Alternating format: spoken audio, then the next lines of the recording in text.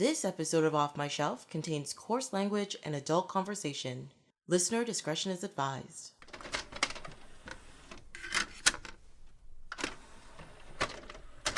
Hello, my name is Tracy James and welcome to Off My Shelf, a podcast about movies that are well off my shelf, where we go through my DVDs and talk about movies in my collection. In this episode, Shayna Fine returns to talk about two very different but awesome films, Finding Nemo and Four Rooms. Welcome. Thank you. Glad to be back. I'm happy you're back as well, because the last time you were supposed to be here was right at the beginning of the pandemic, and it was the first episode where I was like, I don't have a guest. Yeah, that was a long time ago. Yeah, it's been a crazy year. Yeah, it was supposed to be 3 weeks. Well, no, originally it was supposed to be 1 week, then 3 weeks, then 2 months, and we're almost at a year now. So we'll see. God. What movies was I supposed to do? You were supposed to do Curious George and Dark City. Right. That's right. Yeah, you tend to come for like the really odd combination episodes. The odd combos. I could tell. I think the one before that was you gave me Princess Cakes. It was Cinderella and something. Chronicles of Riddick. Yes, it was. Yeah. That's great. I mean, at least you're always getting something animated and something live action. I mean, that's also a good combination. Yeah, it's a good mix. So it's a good mix of stuff. That's what you have on your shelf. It is. Yes, it is. The thing is, too, with like every once in a while, I do cheat a little bit with my order. It's not just in alphabetical order, but like I tried to find like another animated movie to go along with it without screwing up the order too much. And I was like, the next animated movie I think is in like I was like, no, people will notice. Let's just go with it. Everything's fine. Yeah, alphabet's important. Alphabet is important. That's all we've got left. Yeah, it's the only order that we have in our lives. That's right. The funny thing I found out is that the alphabet, unlike numbers, are in no particular order, and they're just that way because of the song, and that's how people learn it. So there's no real beginning and end of the alphabet. What? FYI. What do you mean? Well, because you know how we sing A, B, C, D, E, F, G? Yeah. It doesn't start at A? It doesn't start there's no order to the alphabet technically, right? I guess so. Yeah, why would you need an order? Well, exactly. Well, only for if you're putting together an actual word, right? But don't they use it like for Morse code? Did I make that up? Well, yeah, but it's A for 1, B for 2. Yeah, that was developed after people put together the alphabet in an order. Oh, I wonder who wrote the alphabet song. That is a good question. They don't get royalties. I don't know. I should look that up. Right? There's something. What was it? The last letter to join the alphabet, I think, was the J, and X, Y, and Z, and W didn't exist initially. I think it's what it was. I know random things. I'm sorry. No, it's very impressive. I've also been I'm trying to sing the song now without those letters in them. I think the alphabet song. No. I think the alphabet song was written after, quote unquote, all the letters were in there. But yeah. But also ampersand. Was it ampersand used to be an actual letter in the alphabet? That one? Yeah, I don't know. Anyways, I am going to look up all of these facts after and just put links to all of it. I'd be like, here's the proof of things that I said. You'd be like, these are all the things that were incorrect. Exactly. Did you ever read that book, LMNOP? No. What's that one? The book about, I don't remember the context, but basically the story is that this woman's writing letters back and forth, but they keep losing like one letter of the alphabet. Mm-hmm. Each week or something, like comes out of their world. So she'll start off by writing like, "Dear Sir," and then the next letter she loses the letter D, so it'll be like, "Dear Sir." And then, but it's a whole story about like sort of losing language. It's a good book. Oh, yeah. Like when you said that, I thought it was like one of those like informational books or like like a study on writing, but no, it's like a novel. Yeah, it's a novel. That does sound interesting. I'll look that one up. Yeah. I like it. Yeah. Yeah, I do enjoy language a lot. I I get a kick out of alliteration. Anybody who listens to the Christmas episodes know this. Because every season I come up with some stupid alliteration, tell my guests, and they're just like, why are you doing this to yourself? I'm like, because it's fun. I also enjoy word origins, like hearing a word I've never heard before, but figuring out what the meaning could possibly be based on like the prefix and the suffix and like what's in the middle, or like figure out what language it may have originated from or something like that. I love those categories on Jeopardy. Yeah. But language is just so interesting, and like when you have like literary things or even like films that just play on language, it's a lot of fun. Yeah. You know. Yeah, you would like that one. Yeah. I like the random phrases where you're like, where did that come from? Right? Like the pot calling the kettle black, or like all those weird, who said that? Where did this come from exactly? You know? One of my favorite bits of like knowledge is the whole dead ringer, like the concept of like a dead ringer of someone. But that actually comes from a thing where before they had stethoscopes or knew how to check like wrists for heartbeats and stuff, they used to accidentally bury people on a very regular basis, which was a weird with the bell. Yeah, and so what they would do is, that was actually like, because the first time I heard that, I'm like, that can't be real. I'm like, no, people used to do this. And so when you came back to life, quote unquote, right, you were a dead ringer because you rang the bell because you were dead. And if somebody saw you, you'd be a dead ringer, but later on it turned into you look like somebody else, you know. Huh. And I was like, oh my God, that's so cool. Like I love that kind of thing. That's terrifying. What if it's like a loud night? There's construction going on. Right? Oh well. And it's just like, but imagine like you're in the middle of like a graveyard and you're just hearing like a ding. Right? Ding. I would be shitting bricks and just like running like away. A triangle or something a little more fun. A little more fast, like a tambourine. You're like, ding! Yeah, or a xylophone. That would get people's attention. Dead xylophone for that person. Totally. Exactly. That reminds me of those like super early like cartoons where what it was like, it's called like the Dance of the Dead or something, and that's exactly what it was, like skeletons in the graveyard like dancing in like light, and it's like their bones, their rib cage was a xylophone. Like, let's do that. That'll be great. Yeah. Yeah. Wow. More fun version. Yeah. But then the worst part is finding origins. That zombie movie. Oh my God, we should. That'd be amazing. But I think there is a short story like that where somebody hears the bell ringing and they go to dig up the person and they are talking to the person. They're just like, you're not alive, because then they read the tombstone is like from 100 years before, but it's like in the grave. Oh, I should look up that story too and post it. Yeah, it's like a 2-paragraph story, but you're just like, oh, that's freaky. Yeah. Interesting. But yeah, things like that are fun. That's why language is interesting, especially English, because it just, well, actually, English is just, it makes no sense to just steal things from everywhere. You're like, this is mine now. Like, all right. It's also like people don't question stuff, right? Like dead ringer just becomes a part of the normal thing that people say. Yeah, you're just in other languages, people will be like, we don't say that. That's weird.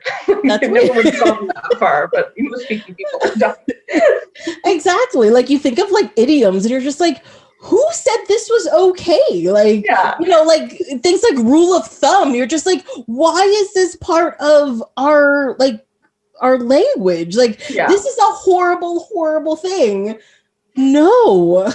Yeah. But no, now people are still just like, yeah, so by rule of thumb, I do this. You're just like, no, that's not a thing. We're not doing that anymore. It's over. No. We've learned about this. Yeah. You know? And then of course with like the day and age we're living in, I find out like everything's racist. And I'm just like, oh God, can we stop? I don't want to do this anymore.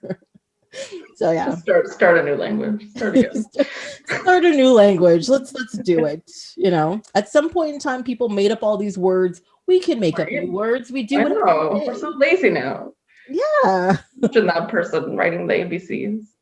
Yeah, they sat there. They took their time. They're just like, we're gonna steal "Twinkle Twinkle Little Star" and we're gonna put this together. Done. I'm like, okay. You did a great job. Genius. It was genius. I mean, it makes it easier to learn. I still have to sing the song when I'm trying to remember what letters come before which other ones. I do every time.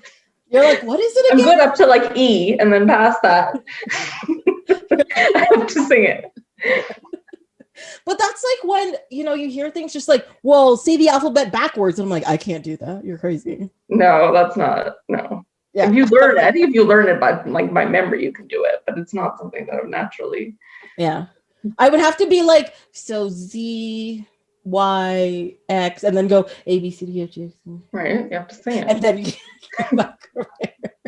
But now that we know that whole order is made up, you could just be like, haha, there is no backwards. There is no backwards. I can just say letters, and you have to say okay as long as I get 26. Okay. It's fine. Yeah, it's okay. Yeah, we digressed into language. Okay, that was my fault. It's okay. It's totally connected to Finding Nemo. For sure. It's talking fish. Hello. Yes. They speak English.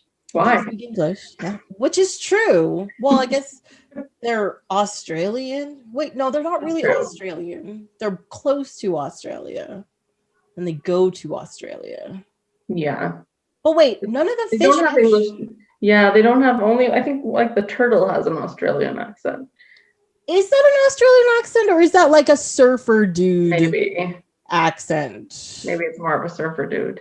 Yeah. Because the dentist character, the human character. Yeah, the humans have Australian accents. Yes. Because even like the kid, like the little kid and and the dentist and even like his patients, they all have accents. And like the secretary that you hear, they all have accents. But all of the fish sound like American in some way. Yeah. I find. That was a creative choice. I think so. I think separate the worlds. Yeah, because the fish they talk fish. Yeah. It's just we hear them that way because we're North American. I guess so. My favorite part is when he's telling the story to the sharks and they're like, the humans think they own everything. Probably Americans. Again, it's still funny. It's still a good movie. I have to say, like I rewatched it this week. It's still a good movie. Not everything holds up, but really, I think everything holds up. I loved it. Well, except for Ellen DeGeneres, but yes. Yeah, maybe that's what it is. I mean, I love the character of Dory, but I did have a moment where I was like, am I allowed to like this? I don't know anymore. That's the sad part, right? Like as soon as I was like, oh, Dory, and then you hear her voice and you're like, oh shit. Yeah. Right. Yeah. We're not supposed to like her anymore. She's done horrible things. She's apparently lying about being a good person. What have we done? And then I kept watching the movie and I was like, haha, this is fun. Yeah, but I think when she did Dory, she was a better person. I choose to believe that. Well, yeah. Wait, but wasn't she already doing her talk show in 2003? Yeah, she was. So maybe not. But maybe they gave her more of the lines than we think. Maybe. Right? That's what I was thinking animation. Like it's the voice, but it's also the writer and the animators. There's a lot of other people that come together to make that character. Okay, so the Ellen DeGeneres show actually started on September 8th, 2003. Oh, when did Finding Nemo come out? Finding Nemo came out in 2003. Let me find a date. Oh, so maybe not. Mm-hmm. Maybe that's what turned her. Maybe. She got a big ego after that. She's like, I have so much power now.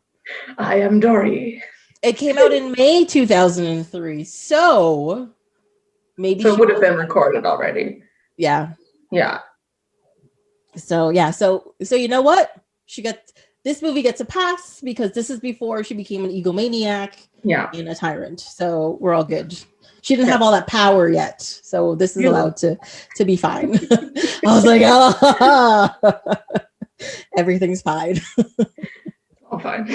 Yes. But I do love this movie still. I have fond memories of the first time watching this movie and every time I've watched it since, and it always makes me feel pretty good. Mm-hmm. And it's still beautiful to look at. It's gorgeous. Yeah. like all the underwater stuff, and even just like the little details when they go by, and like each of the like different underwater creatures have their own. There's that one moment where I think there's like a little crab who's cutting his lawn. Yes, that was my favorite moment in the whole movie. It's like it's just so clever. Like there's so many little like nuggets if you're looking, you know. Well, yeah, that's what I love about Pixar movies, and like they don't ignore their background. Mm-hmm. And I think that's one of the reasons why their worlds seem so real and come across so wholesome and so full.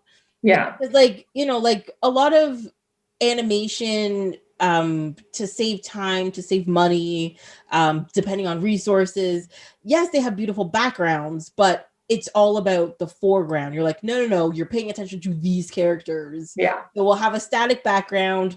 Maybe there's like a little, you know, waviness or something, but these are the characters. This is what you're looking at. This is it. Whereas in movies like Finding Nemo or even The Incredibles or I don't know. I don't really do Toy Story. But anyways, but these movies, like they pay attention to their background. They have people doing things in the background. They make sure like, no, yeah, you're paying attention to these two people, but these are not the only things in this world. Yeah. And it makes it so much better. Yeah. Yeah, for sure. Yeah. And that's something I love about. I just love this movie because of that. And the DVD I have, they had like a mini documentary on it about making it. And apparently for them to get the lighting right and stuff like that, they made every animator and everybody who worked on this movie get a scuba diving license. Wow, that's fun. So, which is fun, but also I'm just like, I'm here to draw pictures. What do you mean I have to hang out underwater for like 30 hours? Like, I don't, what? The test. So you know if you get to work on the movie. But that's a Pixar thing, isn't it? I read that. It was the book that they wrote about Pixar. Yeah, because they like to immerse everybody in the world. They take their animators like to wherever the world is. Mm-hmm. Yeah. And I think that maybe that's also one of the reasons why they make it so realistic. They're like, we can see the water. We know what the water is supposed to react and do in like shallow water or deep water, or if it's a sunny day or if it's dark. You're like, we have not just video, but we can experience it. Yeah. You know? And that's how you get like that feeling of being underwater too, because they've been there, right? Exactly. Yeah. And like looking at it, it's like when they're underwater, like you feel they're underwater, you feel the water around you, you feel around them. And when they come outside, and it's not just the texture of the fish, because they change the texture of like the fish completely when it comes out of water. Yeah. Yeah. And then, but it's also like the way the light reflects off of like the surface of the water, off the creatures, off of everything. And if they're only like an inch below the water or like, you know, way down deep, like it's just so, mind the pun, in depth. It's great. Oh, good one. Ooh. Yeah, like their process was like, looking at that, I was like, your process is crazy. And I guess that's what makes it so good. I would love to do that, but like imagine you get the movie where it's like, this is all about being in a trash dump. Right? You go to work for Pixar, you end up in some like terrible, like, this movie's about dirt. Like on a trip to Paris. You know, so I'm just gonna hang out with some worms for next month and a half. Okay. Thank you very much. You know, and good. Like you get, instead of, you know, getting a scuba license, you get like, here's an ant colony, stare at it for a long time. You're like, no. Yeah. Nobody wants to see that. Nobody wants to see that. But yeah, it's so great to see though. Yeah. And then like one of the other things they did too was go to like aquariums and all that kind of stuff and collect. These are fish that naturally died or were brought in by people, and they would get like thing and like scan them into the systems and like see how they move, and then look at videos of how they move alive. And they had like aquariums all through their offices and stuff. And you're just like, that's why like their movement seems so believable and real. And you're like, I can believe this is an actual fish. It's talking, you know. The starfish character in The Office, I love her. She's so great. It's also like there's something about her movement, like it's so comical and silly, but it still feels like when you see a starfish stuck to a real tank, you're like, oh yeah, that's what they're doing. Yeah. Yeah. Well, because every time she like pulled away, she's like, I'm just dying on this off of my body. And you're like, yeah, that kind of is what it looks like. It's true. Yeah. Yeah. You know?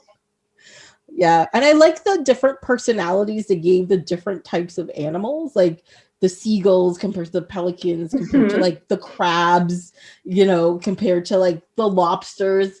I love the lobster for some reason was from Boston. Like, you know, it was like wicked dark down there. You're just like, what? Lobsters are from Boston. I just thought that was we don't know what happens under the ocean overnight. We really don't. We don't spend enough time down there. We can't, you know, it's a whole story. Yeah, it's just they did spend what 3.5 years making this movie or something. Yeah. So I mean, after that you kind of want to hope you did a good job. So, and they did. Yeah. And they did. And it was huge at the time too, right? Like it was, yeah. Like when it came out, people were just like, oh my God, have you seen this movie? It's amazing. Yeah. And then I was like, sure. And then I watched it. I was like, oh my God, they were right. But it's also the first kids movie where it's like, it's kind of a split focus, right? Because they're following like Marlon's dad and Dory. And then you're also following Nemo. Like I didn't remember that when I watched it back. I thought it was all Nemo, but it's not really. It's mostly. Isn't it mostly the dad though? Yeah, I mean near the end you see more of Nemo, but it's a lot of like adult characters for a kid movie. Yeah, it's true. Well, because it's sort of like it's like half a coming of age story and also a parenthood story. You know? Yeah. But they mirror the stories so well that you're just like, you feel like you do really feel like it's all one story being told at the same time, the way it's laid out with like the back and forth and stuff. Yeah. Mm-hmm. And there were dynamics, like even just the two of them. Ellen when she was nice. Yeah. Her and it's Albert Brooks, right? Who plays the dad. It is. Yeah. Like there are some scenes where there's just them talking and it's so engaging and they're just like standing there talking. Yeah. You're like, oh, I'm looking at two fish talking to each other. Why am I enthralled right now? Yeah. It's true. But I think Albert Brooks has always had that kind of ability really, because even like his live action films and stuff, you're just like, you're so weird and normal looking, but then he starts talking or the film roles he's taken and you're just like, you're good. I like you. He's very charming. There's something about him. Yeah. Yeah. My favorite one by him is, what is it? Defend Your Life with Meryl Streep. Love that movie. I think it's called Defend Your Life. I think Mother, I think was the one I'm thinking of. Did you ever see Mother? Mother? It's like him and his mother. It's a comedy, but it's incredible. Of course. And half the movie's about her like learning how to use a cell phone, and I'm sure there's some deeper message, but that's what I remember from it. Oh, it's a newer movie. If it's a newer movie, then no, I haven't seen that. Oh no, 1996. Oh no, yeah. Yeah, that is not new. Funny. Oh, it's got Debbie Reynolds. Oh, I should have watched this movie. Yeah. They're really cute together. I don't know. But Defend Your Life is about a guy who dies and is in purgatory. It's a whole afterlife thing, right? Yeah. And what you're supposed to do is either go through relive parts of your past lives, and your life that you just had is, you know, it's weighed and judged, and you either get to move forward and go to heaven, or you get sent back to earth to get it right, you know? Okay. And while he's there, his soul meets another soul, and it's Meryl Streep. And she's amazing in every way. And her past lives, she's always amazing in her past lives and all this kind of stuff. And and he's just like, I've just done nothing, you know. In one of his past lives, he was like a peon who was like in the mud. And you're just like, oh, okay. And or like a guy who's always hiding from somebody, and he's like that guy, you know. Right. And he's just like so neurotic the whole time. And he's like, you know, why would you ever want to do that? Look at my life. You know, it's like that whole kind of thing. And it's just about like, you know, you always have a chance to redeem yourself kind of thing. And it's just like it's a super deep movie, but you don't realize how deep it is until the movie finishes. And you're just like, oh my God, that movie covers a lot, but I laughed the whole time. This is weird. Oh, that sounds good. It reminds me of, I'm trying to remember what the name of the movie was. I think it was called Afterlife. Oh, now it's going to bug me. Was it a foreign movie? About like this woman who dies and she goes to the afterlife and she finds out you can only take one memory with you into heaven or wherever the next place is. Okay. And so they kind of go through her life just to pick like which memory she's going to take with her. And she ends up picking like just a very normal kind of everyday. She just wants to remember like her life actually was not like the best day or the worst day, but it's an amazing movie. Interesting. That's a foreign movie? I think so. I think it was one of the first foreign movies I saw where I was like, oh yeah, I could watch movies that aren't in English. I'll find it for you. I don't know what it's called. Well, that's the thing. Like, people are just like, oh, I don't want to read subtitles and I don't want to do this and I don't want to do that. But if it's like a good film, after like 5 minutes, you don't even realize you're reading subtitles anymore. Yeah. You're watching the story and you just understand it. You know, like it's very interesting that way. And that's the thing. Like every once in a while I sit like I am one of those people who's like, oh, I don't want to read subtitles, but I'm like, I heard this is a good movie.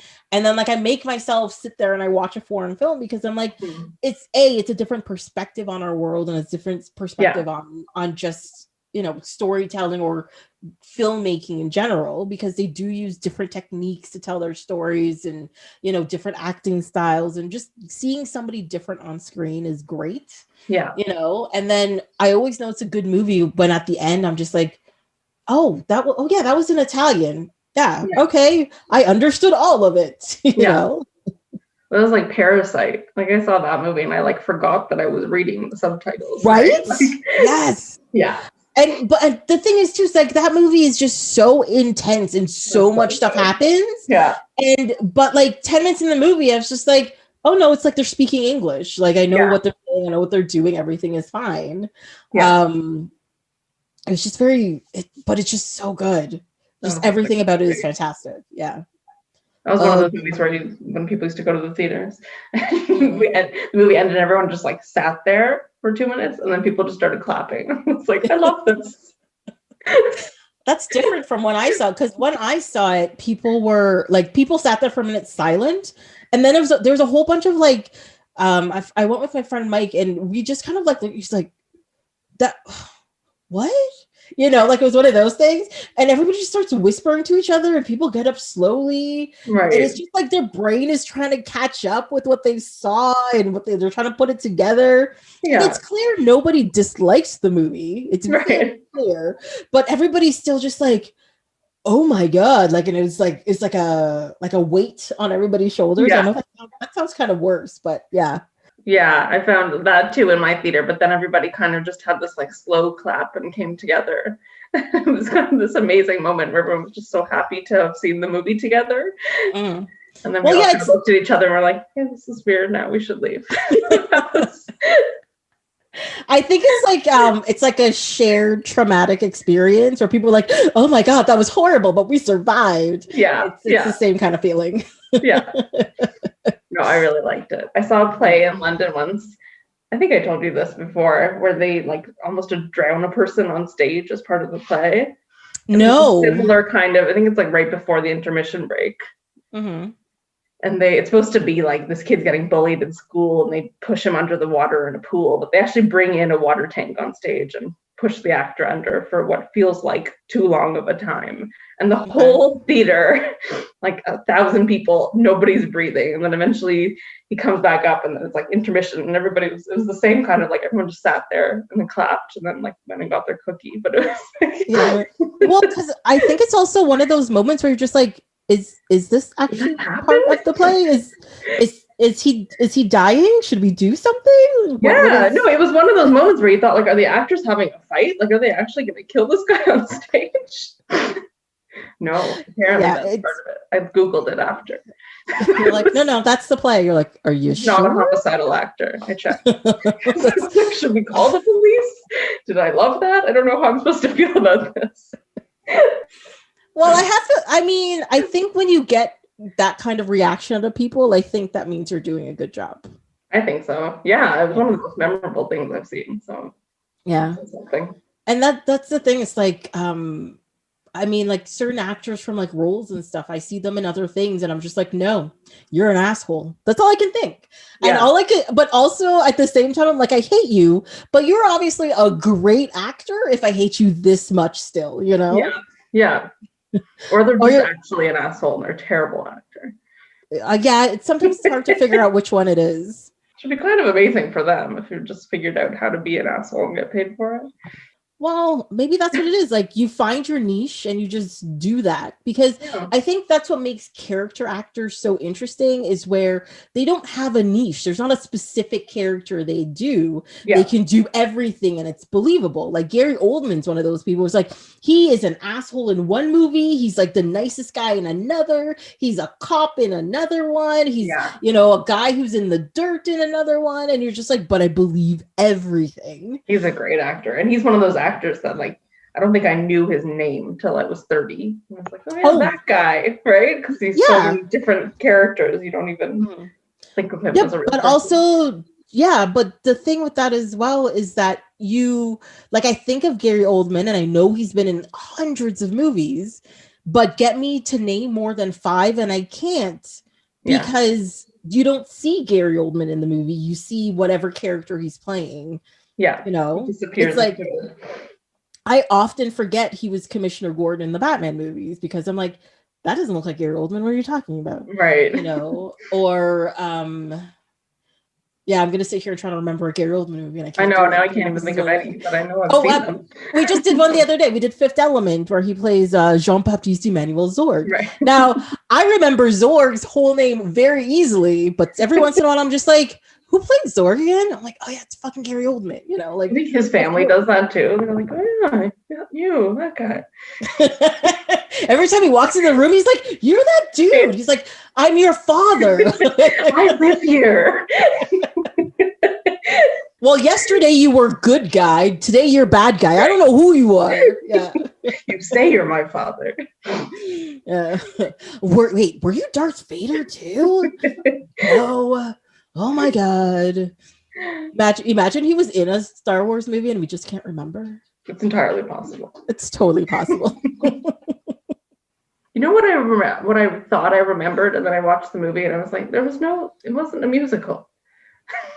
No. In my head, Finding Nemo was a musical, and then I watched it back and I was like, no. There's just a Just Keep Swimming. Yeah, which wasn't even really like a fully produced song. I think afterwards they had made a bigger deal of it, but in the movie, it's not. It's kind of just an off-the-cuff moment. Yeah, in my head, it was a full musical. No. I don't know where that came from, and I don't know what songs I thought were in it, but it's not. I think that's one of the reasons why I liked this movie so much. It was one of the early kids movies that wasn't based in them singing songs all the time. And I also think that's one of the reasons why Toy Story was as big as it was as well, because it was also not based on singing. Yeah. Like all of the old Disney stuff was like everybody's singing at some point in time. Yeah. Well, it was all based on fairy tales, right? All the Disney, like princess movies. Whereas this is, I mean, maybe there's a fairy tale about a fish missing his kid, but I don't know if I'm aware of. It's possible. Yeah. I have to admit, like all of those old fairy tales have like ruined kids' stories in general, because all of the original fairy tales, like Brothers Grimm and all that kind of stuff, all start with like horrible things happening. Yeah. And then people getting their comeuppance is pretty much how they work, right? Yeah. And Disney and like Pixar and kids movies in general have stuck with that. And like this movie starts with a whole bunch of death, Yeah. Yeah, it was a really sad beginning, which I kind of knew, but I was like, oh. You never remember how intense the beginning of these movies are, except for Up. Up has ruined everybody all the time. Yeah. Because I'm sorry, I was like, there's no way a cartoon's gonna make me cry. And then the beginning of that movie starts, I was like, no, I am not crying at this. No, the whole theater was like bawling. I've never seen that in an animated movie before. the first 3 minutes. It's just like, and it's such like an emotional roller coaster too, because it starts off so cute and so sweet. They're like, oh, they're building their life together. What do you mean they can't have children? What do you mean she's dying? What do you mean she's dead? No. Yeah. You know, and I think one of the reasons why that sticks with people so heavily is that even though they go through like this quote unquote silly adventure through the movie, the ending of the movie isn't very happy. It's not like, yay, we did stuff. You're just like, oh, that kid's father still didn't come back and doesn't care. And this old man, you know, is just there for him.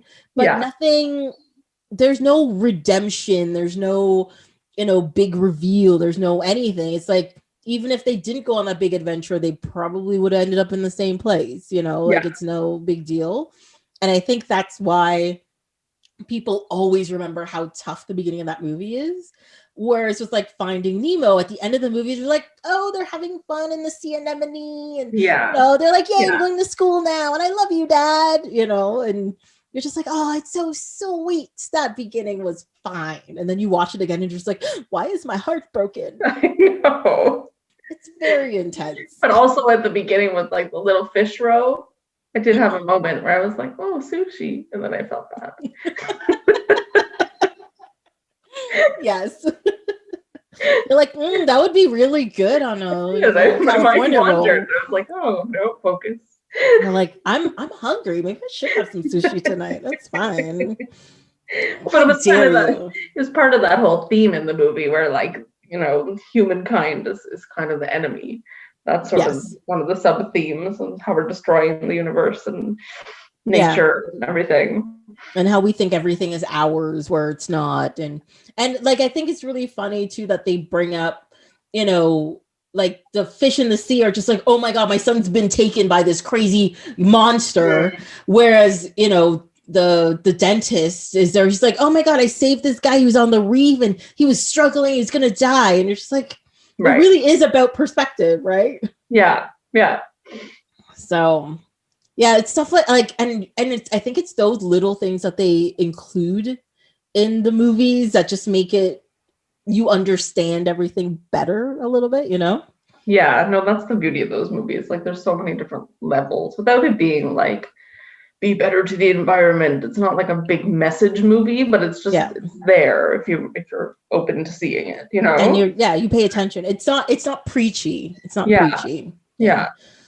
And that's the thing. Like, I hate preachy movies. It's like, I understand the movies have a point, and I've seen movies that have the same point. Like, as they say, the medium is the message. Yeah. And if you use your medium incorrectly, your message isn't going to get across well. Yeah. And Pixar is just very good at using their medium. Let's just put it that way. They are. Yeah. Fun little things that I found in the movie was that I realized, you know, the little octopus character and her dad, they are Dumbo octopuses, and I was just like, or Dumbo octopi, and I was like, that's so cute. There's different kind of octopi? Yes, there are. There's lots of different types of octopi. Let's see, types. I didn't know that was. I know there's like. Again, I only know them from food terms because I'm a terrible person. But there's like squid and octopus. So there's a smooth skin octopus, a giant octopus, the Dumbo octopus, the blue ringed octopus. Oh. They seem to vary in their color, length of tentacles, and smoothness of skin. So what identifies a Dumbo octopus? So it's got like a long head, like it looks like little ears on the side of the top and very short tentacles on the bottom. Oh, okay. Yeah, they were pretty adorable. Yeah. Well, when you see a picture of a real one, I don't know. It actually does look like an elephant head that has like a bunch of little trunks at the bottom. I must admit, it does kind of look like that. Were they named after Dumbo? Oh, I see. I'm looking at a picture. I mean, I wouldn't say cute. They're all right. As octopuses go. Yeah, it says the name originates from the resemblance to the title character of the Disney movie. Wow. So yeah. And there are 13 octopus or octopi that are recognized as this genus. So there, we've learned something today. Wow. I learned 2 things today. Yeah. My brain is now full. I learned there's no order to the alphabet. Yeah. And there are 8 genuses of octopi / octopuses, depending on which Google site you're looking at. Exactly. So there you go. This podcast is also educational. Very. I feel this podcast should be sponsored by National Geographic. Imagine just slipping animal facts every episode. That's right. Just suddenly be like, I'm enjoying this Coca-Cola. Coke. Wait, no, what's Coke? It's always Coca-Cola. Is that what the thing is still? Or is it something else now? I almost called it the voice of a new generation, but I'm like, no, that's Pepsi. I'm horrible. Yeah, I don't know. What is the Coke slogan now? Let's see. The Coke slogan is taste the feeling. Right. Is that the newest one? Maybe they gave up a taste the feeling. Okay, so there is a history of Coca-Cola advertising slogans on the Coca-Cola website. Of course. And so the original one was drink Coca-Cola. Very, very in depth, very exciting. Creative. 2009 was the last updated one, which was open happiness. I don't remember that one. I don't remember that one at all. Always Coca-Cola was since 1993. Mm-hmm. Taste the feeling, I do remember. Yeah. And I do taste the feeling when I drink a Diet Coke. So there you go. Yeah. You Can't Beat the Feeling was 1988 as well. Oh, I remember Catch the Wave. I remember that one. Yeah. Yeah. Okay. There's definitely some stuff in there. Those are the good old days. You used to be able to ride on a Coke wave. Yeah. Don't worry, this is not sponsored by Coca-Cola, I swear. Wink, wink. Unless it could be unless Coca-Cola. We see you, Coca-Cola. Yes. You got money, throw some my way. It's fine. Yeah. So wait, why did we end up on Coca-Cola? What did that happen? It's fine. We were talking about the Dumbo fish, the Dumbo octopus. Yeah. Wait, that still doesn't explain how we ended up on Coca-Cola, but it's fine. We end up on very strange tangents. And you'll listen back, it'll make so much sense when you listen back. I'll be like, oh, that's what happened. Gotcha. That is what happens sometimes. So like I sit down to edit, and so I'm listening through, and taking out like little pops and whatever. And all of a sudden I was just like, I don't remember talking about that. Yeah. Is that what we were talking about? We didn't even talk about the movie. Oh my God, what did I do? Oh, I know. We were talking about National Geographic sponsoring us. Oh, we were just talking about sponsorships. That was us now. Just yes. Yes. Us. Yes. You get some of the money, don't worry. That's right. It's my idea. It's like I automatically get 15%. It's a whole thing. Yes. Yeah. But yes, we're gonna go back underwater. And one thing I found out about this movie is that Eric Bana does one of the voices, which I didn't realize. He's one of the shark friends. His name's Anchor, the guy with the hook in his lip. No, he's a hammerhead shark. He's a hammerhead shark. That's Eric Bana. And the other thing I didn't realize, it was oh God, I'm gonna forget his name right all of a sudden. There were a lot of voices in the movie. The guy who does the pelican voice, I was just like, oh my God. Oh, it's Jeffrey Rush. That's it, Jeffrey Rush. And I was like, why is it only, like, I'm sitting there listening to it, and I'm like, oh, it's just some random, I've always thought it was just some random Australian dude. And then I was sitting here listening to it when I was watching it this week, and I was just like, no, I recognize that voice. Yeah. What voice is that? And like I had to look it up. I'm like, and then as soon as I looked it up, like Jeffrey Rush, I'm like, oh my god, it's so clearly Jeffrey Rush. Like it's just so clearly him. Isn't that funny? Like once you look it up and you know, then you can't not picture them saying it. Exactly. I mean, there's a few of them that I didn't like automatically pick up. Like Stephen Root. He's the one who goes. He's Bubbles, like the little yellow fish or whatever. Okay. I mean, he does only go Bubbles like 95% of the time. So maybe that's why. But I didn't realize that was him. Like, because as soon as I looked up Jeffrey Rush, I'm like, well, now I have to look up all of the voices. I reckon the guys in the tank with him in the dentist's office. Yes, like Willem Dafoe was just so distinctive, and Allison Cheney is very distinctive. Brad Garrett, whose name I had to look up, and I'm like, it's not the brother from Everybody Loves Raymond. Like, so I know who's that guy. But the guy who voices Nemo, Alexandre Gould, I don't know that guy from anything, but apparently he was in Weeds, which is a show I never watched. Well, because he would have been a kid, right? Yeah, because he was. Funny to see some of those kids. I was looking up the kids in 4 Rooms, not to jump, but those 2 kids to see if they've done anything since, and they haven't. Yeah, like, the little boy hasn't, because even his little boy picture is still there. Yeah, but the girl has like a really beautiful, nice updated picture, and unless I'm looking at the wrong person, I don't think I was. No, you probably don't. But yeah, but she still only had like 3 or 4 credits. It wasn't anything big. Not everybody can be Drew Barrymore. That is true. Yes. Or I'm trying to think of another kid actor. There's so many of them.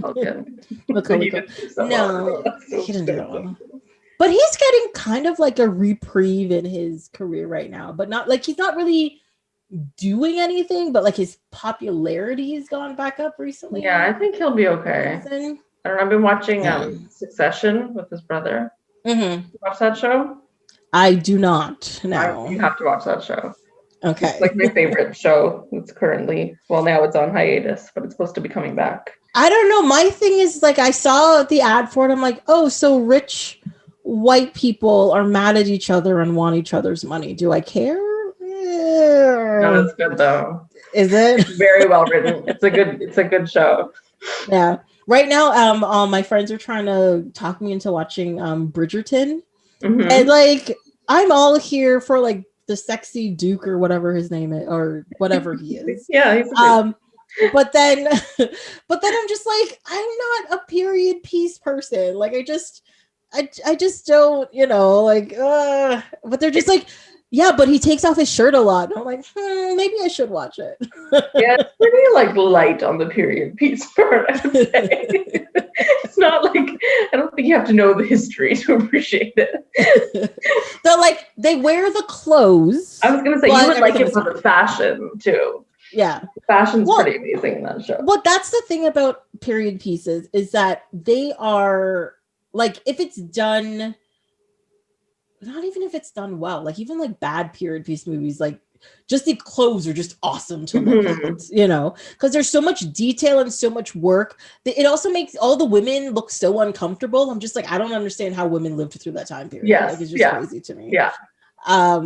But yeah, it's just, I would sit there and just like pull that stuff apart. I'd be like, oh my God, it's so good. Yeah, no, you have to watch it for the fashion. I feel like you'd appreciate it because it's not really like traditional, like within the period. It's sort of a take on it.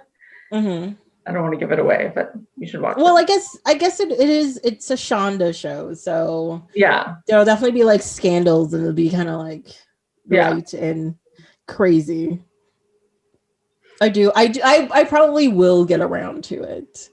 I don't know. Right now I'm in a bit of a not even a sci-fi kick. It's just like I don't know. I've been watching The Expanse. What have I watched recently? I watched The Expanse. I watched One Night in Miami, which was amazing. Was it? That's on my list. I loved it. I was expecting to get preached at. Yeah. And that preachy part is in there, but it's not anything overwhelming. Okay. And it's just how they present the personalities and the actors they chose. I'm sorry, that guy who played Muhammad Ali, I have to look up his name, is the greatest. I'm sorry. Okay. He just makes me laugh and smile the whole movie. But yeah, like there's some hard truths that the movie come across and stuff like that, but it's not a preachy movie in any way. Yeah. And then before, I didn't even know Regina King directed until the end of the movie, and I was like, excuse me, she has another talent. I am jealous. This isn't fair. You have to leave talents for other people. That's what they said. They think she's gonna win the Oscar for it. So it's so good. Yeah. And the thing is too, it's mainly, it's like 90% a one room movie. Yeah. But it doesn't feel claustrophobic. You don't feel trapped. You don't feel like, why aren't they going outside? Like that never crosses your mind. Oh, that's because good. the interaction is so well and the talk is so well and how the camera moves around the room is really well, and you just don't feel like it's in one room, but it really is in one room. And it's phenomenal. I really, really like it. Okay. It's on my list for sure. Definitely give that one a watch. Yeah. Of course, I watched Queen's Gambit, and talking about fashion, everything they put that girl in was amazing. Yeah, that's true. Although I found it was more visually stunning than story. Like the story was a little well, the story was repetitive. It was light and repetitive, right? But it was very visually beautiful. Because it was like, have a breakdown, win chess, have a breakdown, win chess. And you're just like, yeah, I get it, but that dress is killer. It's just... No, you got to watch Bridgerton. Yeah. All right, then. I'll have to call you again and be like, oh my God, the dress that she was wearing was amazing. Yeah, it's a whole thing. I don't think people know that I am actually a bit of a fashion person. So I know. All good. Yes, you do know. Jewelry maker, I know. Yeah, I'm into that stuff. Yeah. I consider myself to be a bit of a tomboy, but at the same time, I love all of the girly things. Give me some clothes. I mean, all of the shoes, I love shoes, but most of the shoes I have are kicks and like high tops and stuff. But give me a nice pair of that's still fashion. It's still fashion, I think. Yeah, it's never like plain colors, like this. All mine, they're like leopard print or have sequins on it, or your stuff is always like cool details. Yes, never too flashy. Cool. Yeah, like you thought about what you're gonna wear. You know. Oh, thank you. I try. No, it's true. It's true. Oh God, now I'm gonna get like an inflated head. I'm like, oh, I am a fashionista. I didn't realize. I always think I'm just putting on jeans and a t-shirt, but then I make it work. It's fine. Yeah, no, there's a look there for sure. Thank you. Yeah. I don't know if you could. I'm getting all warm in my face because I guess I should be blushing, but you can't tell. I socially distance. Yes. Too bad we can't talk about fashion and Finding Nemo. You see what I did there? Oh, good one. But one thing I can say is that the colors in the movie are like they're vibrant. Yes. Yes. And I will say, like, I watched it on a 4K TV where the fish are like really in the room with you. Yeah. Which obviously the first time around didn't exist. And it was very like beautiful. Like we said at the beginning, like you really feel like you're underwater with them, with the colors. And that was quite a while ago in terms of like where animation has gone since then. To do a whole underwater movie like that is pretty amazing.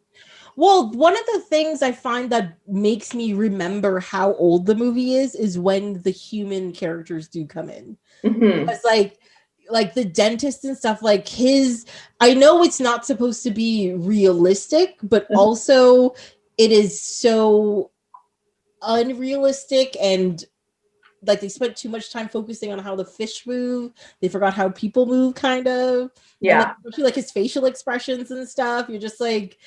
You're like, oh yeah, this is from the early 2000s. I get it. Yeah. But then you're underwater and you're just like, this could have been made yesterday. No, it's true. It's true that stuff kind of dates, and even like I guess she's like the niece character, right? The Darla girl. Yeah. She also feels like very much in that era somehow. Yes. Yeah.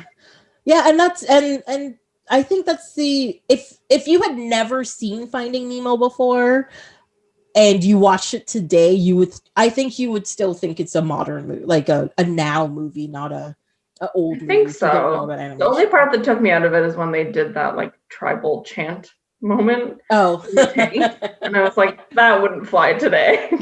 I don't think you'd get away with that moment today in today's world. Well, you didn't like the whole what is it? Shark bait boo-ah. I mean, it's so silly, and like at the time, of course, we didn't think anything of it, but I don't think that they would do that now. Yeah, I mean, I guess it is a little bit insensitive. But what I'm happy about it is that they didn't go so far that it was like offensive, you know, like they could have taken another step and made it offensive. Yeah. It wasn't like Peter Pan offensive. No, thank God, no. Because then that would have just like broke my heart. I was like, oh, I can never watch this again. I know, that still makes me sad. Yeah. I love Peter Pan, but every time I get to that part, you're like, no, this is wrong. How did I not know this was wrong before? Yeah. You know. Well, I guess too, when you originally watched it, you were a little kid. You don't think anything's offensive. You don't know. You might think something's scary or something's mean. In our parents' era, like they played cowboys and Indians. It was not recognized as a problem. So we didn't know. Yeah, which has now turned into to cops and robbers, but that might change soon. But now cops isn't good either. Isn't a good thing. Well, I guess now you play superhero and megalomaniac. I don't know. Person? I don't know. Well, I mean, I guess the thing is too is that people, besides COVID happening, kids aren't playing directly with each other as much anymore because everything's like, you know, let's go online and play like Call of Duty, or let's go play my brain's empty. Like I know things about video games, I swear. You can believe me if you want, whatever. Minecraft, that's the thing I was trying to remember. I don't even know. It's okay. What's the one that everyone plays? Oh boy. Which one? Where they like reskin? What all the kid actors tell me. Oh, you know, the big game that everyone plays, the big tournaments, people make money. Oh, there's lots of games like that. Like, are you talking about like WoW or League of Legends or big one? I don't know. There's so many quote unquote big ones. I don't know. See, I think Fortnite. Oh, Fortnite. Okay, yes. Okay, yes, that makes sense. I don't know. When people tell me about, I know they have tournament games for all different types of games, but when people say tournament games, I think of like those big strategy games or those like epic games, you know, like I said, like Warcraft and stuff. Like that's what I think of, or League of Legends, where like you have like League of Legends, you don't really like build up and get resources and stuff. You just spawn things, but I don't know, whatever. It's fine. I think of like Queen's Gambit because I'm not a gamer. I imagine it's like just all these people in a room and there's two people head to head staring at each other. And they're playing Monopoly. Yeah. Snakes and ladders. I would like to watch that. Imagine, like, you're like, oh, the international snakes and ladders competition. Who's gonna win? Well, they have rock, paper, scissors. That's like a big competition every year, the rock, paper, scissors competition. Really? Yeah. That's a big deal. I mean, I guess I should. I'm always surprised when I hear things, and then I think about it, I'm like, you should be surprised. There's a thing for everything. So, I mean, yeah. But every once in a while, I'm just like, I don't get it. Really? This is what you want to do? It's like a strategy thing. I guess. I mean, you have to like read the other person and, you know, think about like what their moves are and ticks and stuff. I don't know. I'm like, I mean, I don't get it, but people love it. They do you is all I can say is do you. I mean, it's something that everyone can do, right? Yeah. That's part of the appeal of it. Like you don't have to have a whole gaming system. You can be from anywhere in the world. Everybody knows what, like, there's very simple rules to the game. It's easy to watch and follow along. Yeah. You're like, I get it. Yeah. Then do the boomerang stick. Did you ever do that with rock, paper, scissors? The boomerang stick? Yeah. If you're tired of the game, you just do boomerang. The cheater way out of rock, paper, scissors. I will say no. I've never heard this way. Usually you just walk away. You're just like, I'm good. Yeah. No, if you have mean friends, you learn the boomerang. See, now I've learned something. Game over. Today. Yeah. That's what they need, the big gamer competitions. Yeah. Big tournaments and stuff. That'd be cool. Yeah.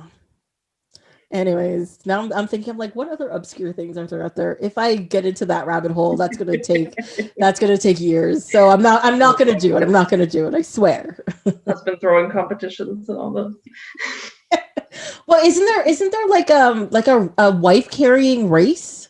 Yeah. Yeah. Then they started a husband throwing one because somebody felt like it was too biased. They switched it up, which I think is funny. But I think that's good. I mean, like, have the men do something athletic and the women do something athletic. There's nothing wrong with that. But I mean, I have seen sometimes with like how they carry their wives, which is really they're not really being carried. It's like the wife is grappled onto the husband and they're running, Yeah. So, like, they're basically really a log. Yeah. Yeah. Or like I saw this one woman who's like a backpack, but the thing is her head was by his butt, and I was just like, you could have done it the other way, but they practice it that way. Yeah. Like, this is the best way to do it. Again, it's like, who do you get into that? How do you get into that competition? And then you pick your wife up and you're like, we can make money doing this. You're like, look, I've done it. We can win. I wonder what kind of practice, like, do they just go jogging around their neighborhood with like probably on his back? I'd be like everywhere. What's happening? Grocery shopping. They're like, do you want this, honey? Yes. Yeah. She can get things on the low shelf while he's pie. Yeah, can you get that thing on the bottom? Yeah, here you go, sweetheart. Like, don't you dare buy beans today. It's fine. Yeah, I had to go there. Please ignore me. It's fine. Funny. Yes.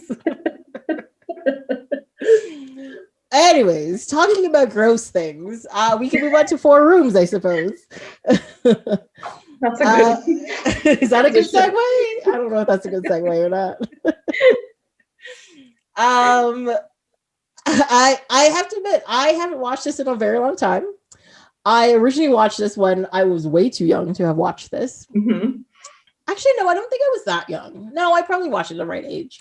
But when I think about this movie, I always think about the last 2 segments, not the first 2 segments, which frustrates me every time I sit down to watch this movie. So, because you're waiting for the last 2 to show up.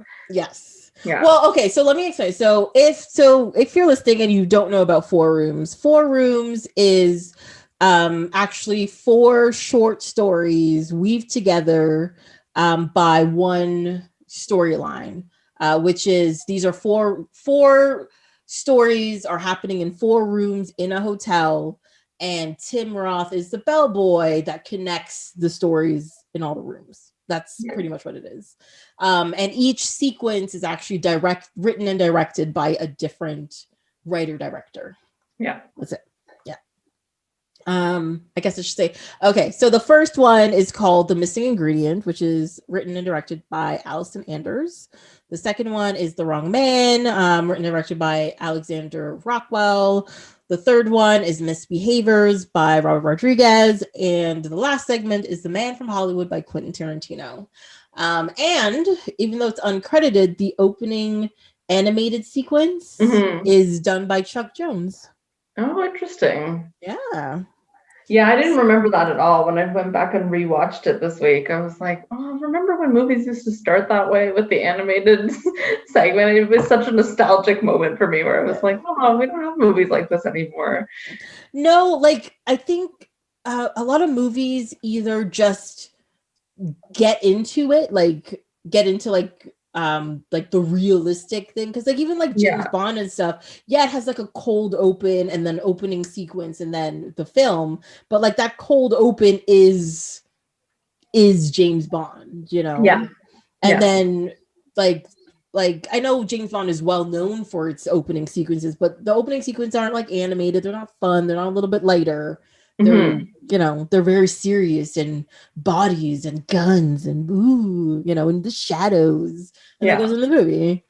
Whereas like this is, just a little bit lighter. It's gets you in there.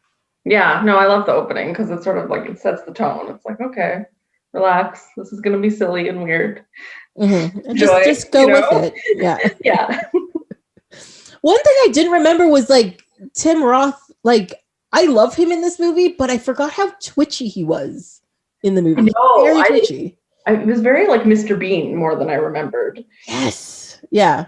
Oh, but I also remember, like, I remember Madonna being in this movie. She's in the first segment because she wasn't in a lot of movies at the time. Mm-hmm.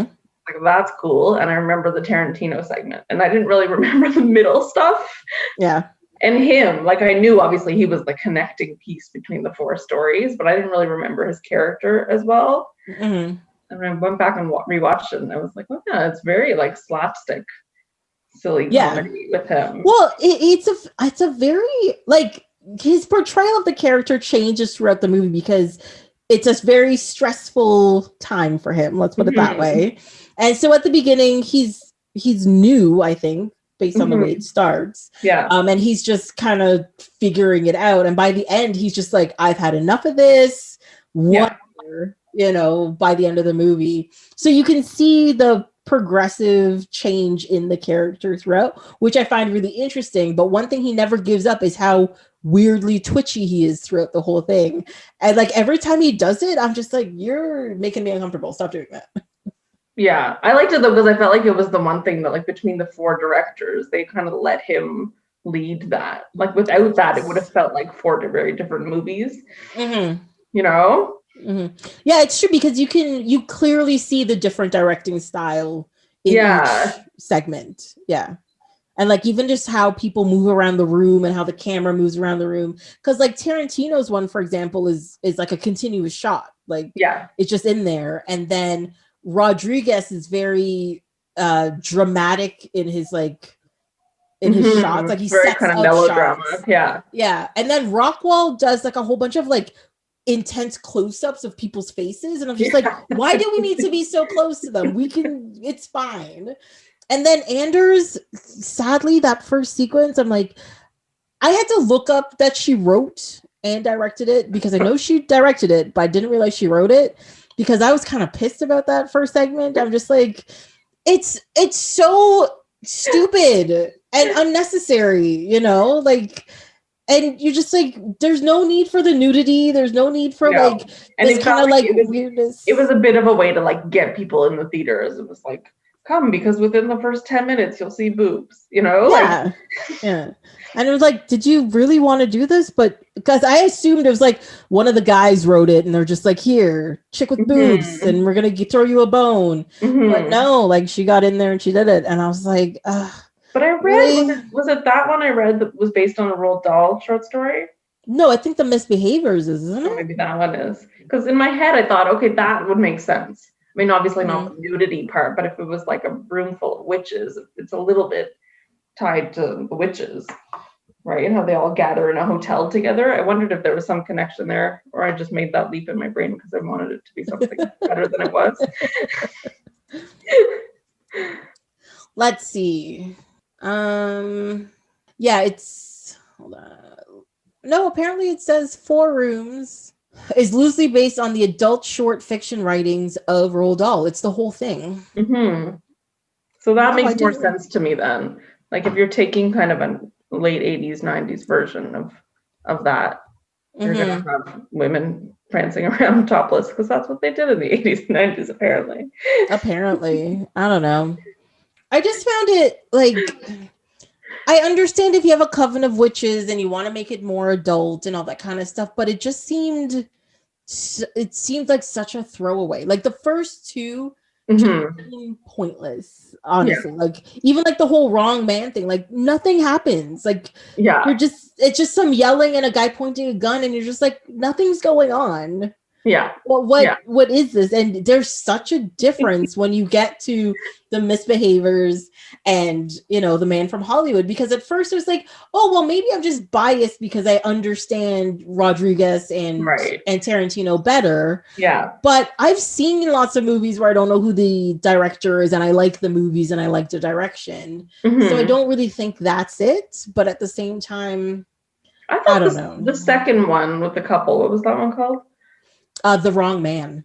The Wrong Man. I thought that one was kind of like, I think it went on too long, but I liked it as its own little story. Like I kind of got that they were messing with him, and it was sort of an interesting. I liked the style of the direction. The first one to me, it just felt goofy. Like it was really like, come watch the movie. You get to watch boobs for 10 minutes, and then we'll start the real movie. You know? Exactly. Yeah. And you get to see Madonna. Yeah. Who chose not to show her boobs. Like, here's the filler. Yeah. But this is the thing that'll draw you in, you know? Yeah. Which was, that was the other thing that was shocking to me. It was just like, oh, you're showing boobs, but you have Madonna, but she's not showing boobs, but she clearly likes to show her boobs. And I know. That's what I thought. I watched that segment. I thought, I wonder what that conversation was on set. Because half of them weren't. Like, it almost felt like they decided, not particularly based on character, but just based on the actor, whether they felt like being topless or not in the moment. Yeah, because to me, except for the crazy girlfriend, quote unquote, the other two were like the two, I would say, innocent looking ones. Those were the ones that were topless, and I was just like, but why is this necessary? Like, all I could think of, like, I was like, why is this necessary? None of this is necessary. Yeah. Because either, I'm not saying I wanted to see more boobs, but if it was part of the ritual, then all of them would be topless. Yeah. And if it's not part of the ritual, none of them have to be topless. So what is the point? Like, this was my thought process when looking at it, you know, and I was just like, and the angles they showed them and stuff, they weren't even particularly flattering, and it was a whole thing. It really upset me. I was just like, no. Because when I found out like a woman did this to herself, I was just like, come on. Yeah, it seemed like a segment that was directed by a man. Yeah, and somehow because the thing is that, like, I know there's a lot of women who are like, oh, you get empowerment from your body and all this kind of stuff. I get that, right? And there's nothing wrong with a woman's body. I have no problem with it. It's just like with coarse language, like with nudity, like with violence. Yeah. If there's no point in the story, it doesn't need to be there. And I just think it's excessive. And I think that's what happens with this short. I just think it's excessive. You know, well, it takes you out of the story. Like, it makes you start thinking, like, do you feel like they were pressured to, like, it took me totally out of the story. Yeah. Because I sat there, I'm like, why is she taking off her shirt? Why is that one talking? What is going on? And then I kept thinking, I'm like, I think the reason why Madonna didn't take off her clothes is because that dress was a PVC dress, and it probably was hell to get into. And she's like, I'm not taking it off. Oh yeah, no, for sure. That's all I could think. Like, she was like, "You got me for 2 days. Let's do this." You know. It took 2 hours to get into this. I'm not taking it off until we're done. If you girls do what you want, good for you. But exactly. Yeah, but I don't know, that whole first thing, I was just like, oh, the whole first segment, like, you almost want it to be like his dream sequence, and then he starts, right? Like he just like wakes up, he's like, like, I hope a bunch of sexy women love me today, right? And then he wakes up and then it's all hell. Yeah, that would have been great. Yeah, but no, they're in the honeymoon suite. It's fine. Listen, out of 4, they can't all be good. That's true. I expect ones to be not as good, but I just wish it wasn't hers. You know? Yeah. That's my only thing. So, and then we get to The Wrong Man, which is Jennifer Beals and David Preval, who's a face I recognize, but I have never read his name or said his name before in my life. From? He looked familiar to me. But... he's one of those guys. Like, he's like every oh my god, he has a huge filmography.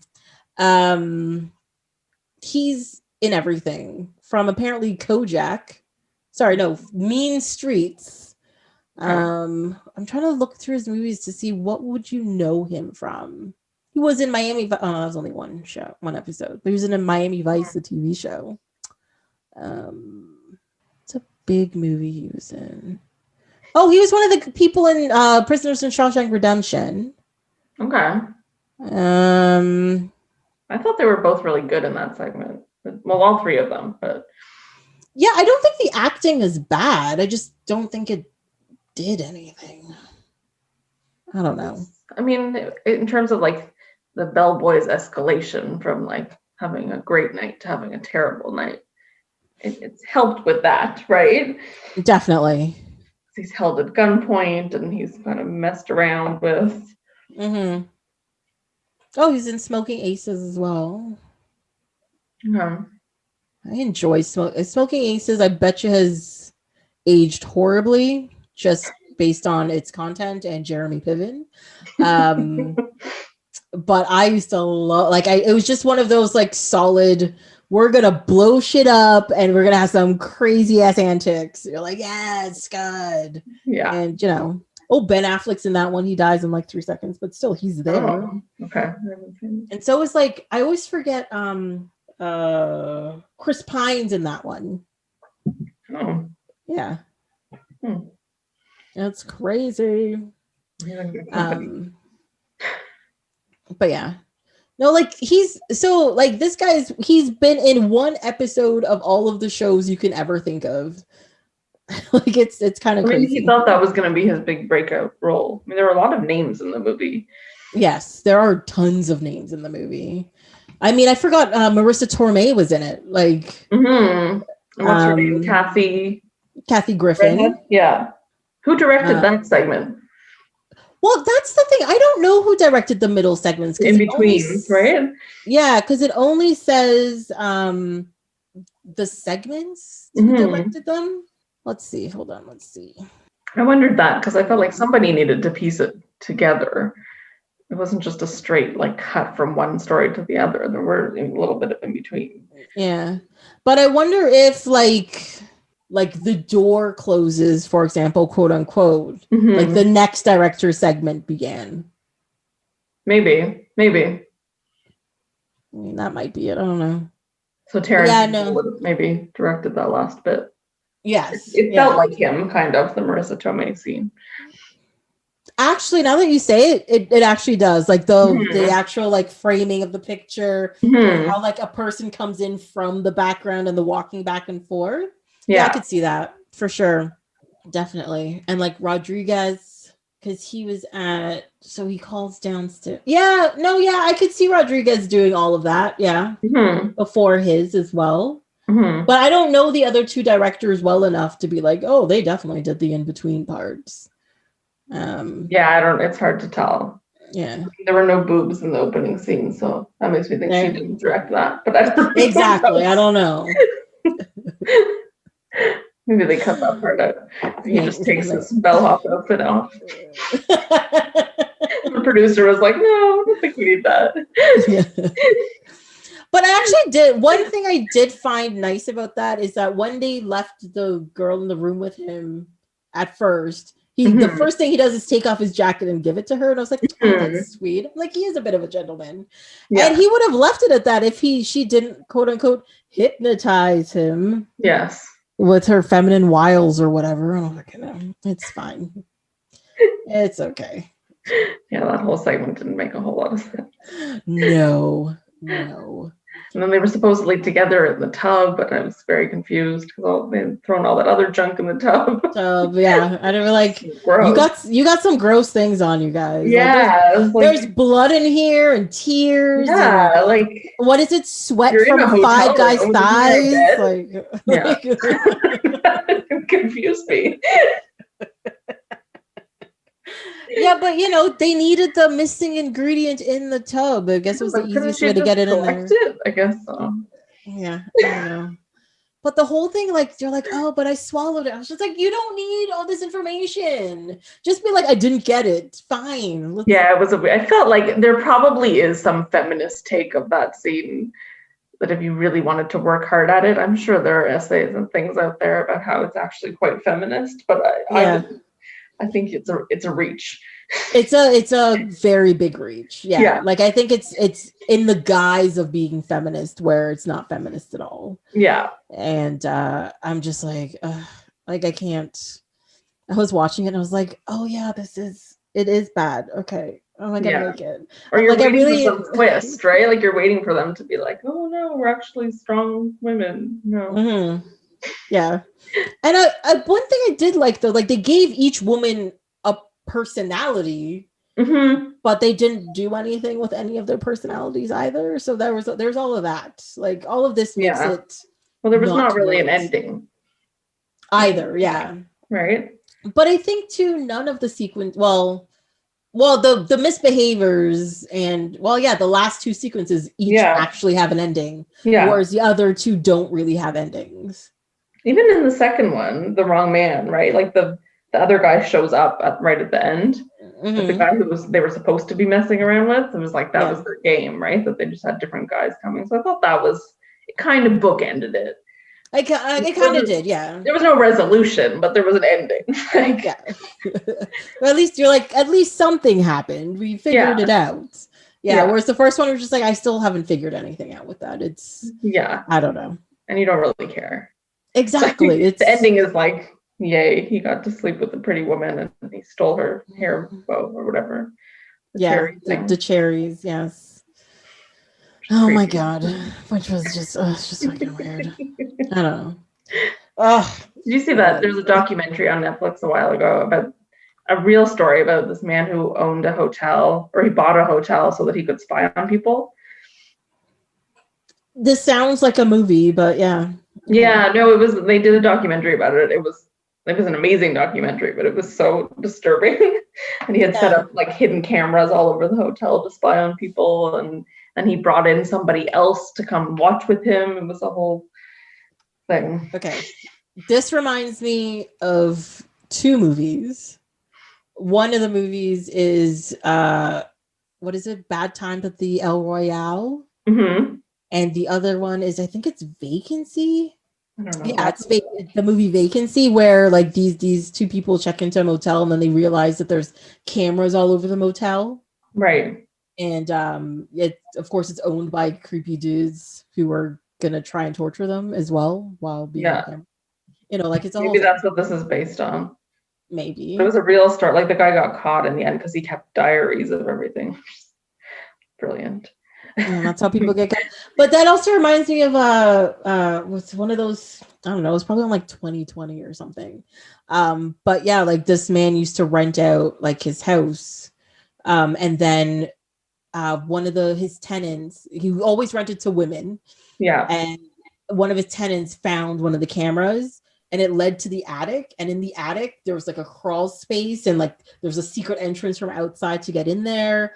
And like he had walls of tapes of women and her and all this kind of stuff because he wanted to keep all of it. And I was just like, you know, like I'm not saying to be a better bad guy because you should get caught and be put in jail, but at the same time, I'm like, think about what you're doing, you know? Like, well, that's the sickness part of it. They don't even realize that it's wrong that they're supposed to be hiding it, right? That's true. It's called Voyeur, the name of that documentary. Ooh, Voyeur. Very interesting, disturbing. I don't know. See, but that's the thing. Like I would just end up going around my apartment just looking and be like, is this a camera? Is that a camera? Is this a camera? Are there cameras anywhere? You know? Yeah. Yeah. And then I could never stay in a hotel again. Probably never will. It's fine. Just because, you know, we can't go anywhere anyways. Eventually we'll be able to go to a hotel. Eventually. In like 20 years. We'll be like, oh my God, I made it to a hotel. Is that a camera? Is that a camera? Everything is going to be so exciting when we can go places. Yeah. Also, it's going to be cheap because everybody's going to be fighting for like people to go places and be like, come here, spend your money here. Because we've gone broke, you know, do a thing. Yeah, I don't know. I think it's going to be interesting when everything reopens again. Yeah. I think there's going to be like a whole couple of years, hopefully, where people are just like hedonism, like just crazy. I do, because I think people have missed all of that. Well, I was reading. Well, I don't know. I see things on the. I keep stop saying actually reading articles. They're probably not articles. They're probably like a headline here and a tweet here and a Instagram post here. But somebody was talking. You could have a paper delivered to you every morning. Yes, it is. It is 1984. Buy the paper, boy. Yeah.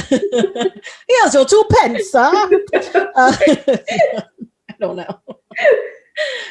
I'm gonna pretend I didn't do that.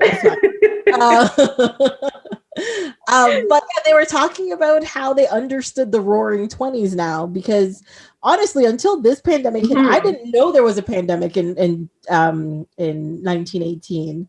And that's the thing, like people in the 1920s and stuff, they dressed up nice, no matter where they went, they were having parties, you can understand. Isn't prohibition happen at that point too, because people were getting drunk all the time? Yeah, it makes a lot more sense when you realize that that's what came before it, right? Yeah, I think it is going to be like, I mean, maybe not that, but I think people are going to like dress crazy and have like lavish, crazy parties. I think there's going to be some of that. Oh yeah, for sure.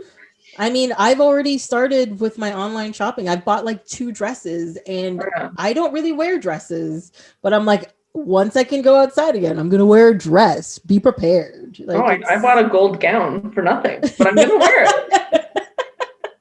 Okay, I just have to say, have a gold gown party, but it's happening. Yeah, I am going to show up for that gold gown party. See? Yeah, it's gonna happen. It's gonna happen. I'm down for this. It's gonna be the new Roaring '20s. Yeah, I'm gonna look fancy for like 6 months. I get lazy really quickly. It's gonna be 6 months. Yeah, I don't know. I mean, I'll go back to heels, but the rest of me, it could be fancy. Yeah, I think I have enough kicks to go with all my different outfits. I have like a good color spectrum, so I should be fine. Flats. Be like really cool, chic. Flats. Kicks with like a nice dress and my hair done. I'd be like, boop. I think I can make it work. Yeah. What's coming? Comfy fashion. We'll put it that way. Yes. So all this, I love that we're everybody's making plans. When this is over, I'm going to do all the things. I think that's the only thing that's keeping everybody going. While we're going to like go for coffee and be like, I'm exhausted from seeing human beings in real life. I need to go home and rest. I talked for 6 minutes in a row. This is crazy. I just keep saying, like, when we get to see people's bottoms halves, so I'm going to be like, wow. Oh my God, you do have legs. This is crazy. I never would have guessed. I thought you would have been taller. I don't know. Or I thought he would have been shorter. Like, imagine you go outside and meet somebody who's like 8 feet tall, and you're just like, damn. It's true. That Zoom camera does not do you justice. No. Oh, so it'll happen soon. That's all that's keeping me going right now. One day I'll get to go outside. It's happening. Yeah. And you have an invite to a fancy gold gown party, so I'll be there. I'm telling you. I have 3 pairs of shoes inside that have not touched outside because I got nowhere to wear them to. I know. I have stuff that I bought for last summer that I was like, oh, this would be cute for the summer, that it's just been sitting, right? Just sitting there. Yeah. Time capsule. Yeah. They're like, oh my God, remember in 2020 when I thought I'd go outside? Yeah. Oh, it's lovely.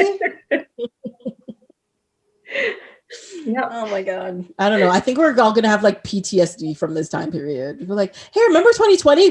We can't talk about 2020. I need to call my therapist. The first time we don't have to be 6 feet from people, or we're like, Yeah. For a little while, we were like, we're too close. We're too close. Yeah. Back up. Yeah. And then it'll be like years of like everybody just hugging everybody as they walk down the street. I'm like, I'm hugging you. I don't care who you are. I'm hugging you. And then it'll be back to normal. Just like, why are you looking at me? Why are you here? What is your problem? Yeah. The pendulum swing. Yeah. Well, we'll be back to pajama pants outside. It'll be good. Well, that I hope never goes away. I'm good with that. But the thing is, you can get fancy pajamas now. You can buy pajamas that look like a suit. Buy that. Yeah. No, I don't. And it just like zips up. I walk my dog in full on like heart print pajamas that are very clearly pajamas. And it's fine. And I say hello to my neighbors and they're wearing their Superman pajamas, grown men. It's fine. Mm. I think people get it. People are just like, no, we get it. You're living your best life. So are we. We're just I see people, I don't care what they're wearing or what kind of disarray they're in. I'm just like, you're doing you. That's you made it outside today. Good for you.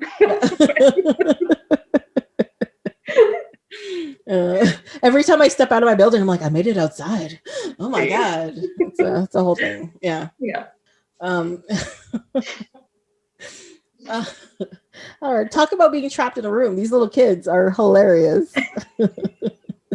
I'll bring it back around. I'm good at segues. I think I actually I love Tarantino, so I think my heart was waiting for Tarantino's part. But if I didn't know Tarantino, I think I would actually say that I like the third segment the best. I think I like the third segment best as well. Yeah. I like how ridiculous Antonio Banderas is in that whole sequence. Even like the part where he's trying to comb his kid's hair, and the kid's like, ow, ow. He's like, no, the hair has got to go back. It's got to go back. That's how you look cool. And then I also like the part where they finally leave and they get into the elevator and they get into like the pose. Mm-hmm. I was just like, that was a lot. Yeah. That was a lot. No, I felt like it was the best directed in that way, that it was like there was very clear direction. Like, this is your character, this is the style of this piece. Mm-hmm. It's very like exaggerated and almost like had a dance feel to it. Yes, it very much did, I mean, he came across as like, a Latin lover that's trying to be domesticated but refuses to be, and that's all it was. He was kind of an ass, but he was suave, and just like, the wife was beautiful. Right. That whole dress and everything was ensemble was lovely. Yeah. And then the kids were just great. I loved those kids. Were fantastic. That one also made me think of, like, because it's supposed to be New Year's Eve, right? It is, yeah. They ended up in a hotel, and how, like, I'm usually, not this year, but normally I'm in Florida for New Year's Eve, and that sort of like vacation experience of being somewhere on New Year's. Yeah. And it's like it's like your vacation self. And it made me think like they could almost do a spin-off of just that family of their real lives. Because it's like, how did they end up in this hotel room on New Year's Eve? Yeah. Or what was that party that they went to? Yeah. Because I'm sorry, because she came back and she was like dead drunk, and he's like carrying her, and he's not even pissed about it. He was just like, it's more just like, oh, she did it again, but not like angry, And I'm just like, this must have been some great ass party, because damn, I would have loved to see that party. That's all I'm saying. I feel like they could have done a whole other movie just with that family. Of all of them, they felt like they had more. There was more there to explore. Yeah, and I also felt that they were the most realistic characters. Mm-hmm. Like, they were a little exaggerated, but especially the two kids seemed like real kids, and they also seemed like real brother and sister. Like, especially the part where he's like holding on to the remote and she's like smacking him. Yeah. And she's like, or the come smell my foot, and then he kicks her and then she kicks him in the face. I just like, oh, that is absolutely perfect. Like, that is just exactly what it is.